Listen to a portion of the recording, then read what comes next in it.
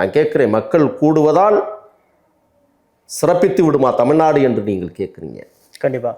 திராவிட முன்னேற்ற கழகம் அல்லது திராவிட இயக்கங்கள் போடாத கூட்டங்களா?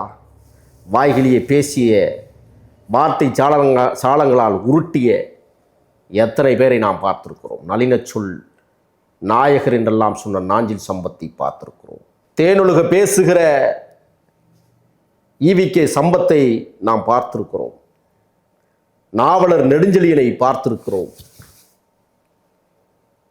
எண்ணற்ற போர்மறவர்கள், ஏன் திராவிட இயக்கத்திற்குள் ஊறி திளைத்திருக்கிற புரட்சி புயல் வைகோவை நாம் பார்த்திருக்கிறோம். பேசிய இந்த இயக்கங்களை வளர்த்தெடுத்தவர்கள் இந்த மக்களுக்காக எதையும் செய்ய மறுத்தார்கள். இந்த மக்களை அனாதையாக்கினார்கள். இந்த மக்களை பிச்சைக்காரர்களாக ஆக்கிவிட்டார்கள். எல்லாவற்றிற்கும் சோறு, எல்லாவற்றிற்கும் இலவசம், எல்லாவற்றிற்கும் மந்தைகளைப் போல இந்த மனிதர் கூட்டத்தை இந்த திராவிட திருட்டு கும்பல்கள் அறிவித்தது. ஆனால் இப்பொழுது கூடுகிற மக்கள் கூட்டம் தானாக கூடுகிற கூட்டம். யாரையும் காசு கொடுத்தலாம் இங்கே கூட்டலை, யாருக்கும் சோறு போட்டு கூட்டலை.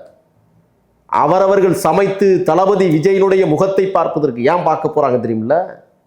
இந்த தேசத்தை ஆளக்கூடிய தருணமும் பக்குவமும் நிறைந்திருக்கிற விஜயை பார்ப்பதற்கு.